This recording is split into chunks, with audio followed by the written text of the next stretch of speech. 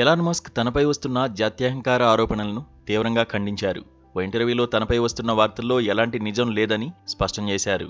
తన భాగస్వామి సిమోన్ జిలిస్ సగం భారతీయ మూలాలు ఉన్న కెనడియన్ అని, తమ పిల్లల్లో ఒక కుమారుడికి భారత నోబెల్ గ్రహీత సుబ్రహ్మణ్యన్ చంద్రశేఖర్ గౌరవార్థం శేఖర్ అని పేరు కూడా పెట్టారని ఈ సందర్భంగా గుర్తు చేశారు. భారతీయురాలైన భాగస్వామితో 4 పిల్లలు ఉన్న తనకు జాత్యహంకారం ఎలా ఆపాదిస్తారని ప్రశ్నించారు. అంతేకాకుండా తన న్యూరాలింక్తో సహా అన్ని కంపెనీల్లో అన్ని జాతుల వారికి ఉన్నత పదవులు ఇచ్చామని, అక్కడ వివక్షకు అసలు తావే లేదని చెప్పుకొచ్చారు.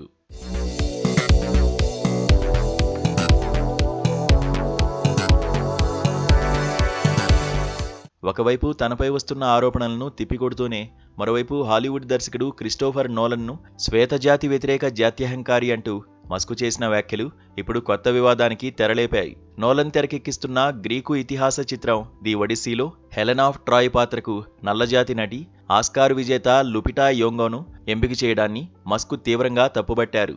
మూల కథలో హోమర్ ఆ పాత్రను లేత చర్మం, బంగారు జుట్టు కలిగిన అందమైన అమ్మాయిగా వర్ణించాడని, దానికి విరుద్ధంగా నల్లజాతి నటిని తీసుకోవడం ద్వారా నోలన్ తన ప్రామాణికతను కోల్పోవడమే కాకుండా రచయిత హోమర్ను అవమానించారని మండిపడ్డారు.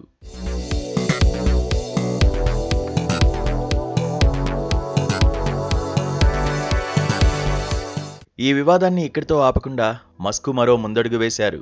తన AI video tool Grok imagine సహాయంతో ఈ ఏడాది చివరి నాటికి చారిత్రక ఆధారాలకు ఖచ్చితంగా సరిపోయేలా ది ఒడిస్సీ చిత్రాన్ని పూర్తిగా రీక్రియేట్ చేసి చూపిస్తారని నోలన్కు సవాల్ విసిరారు.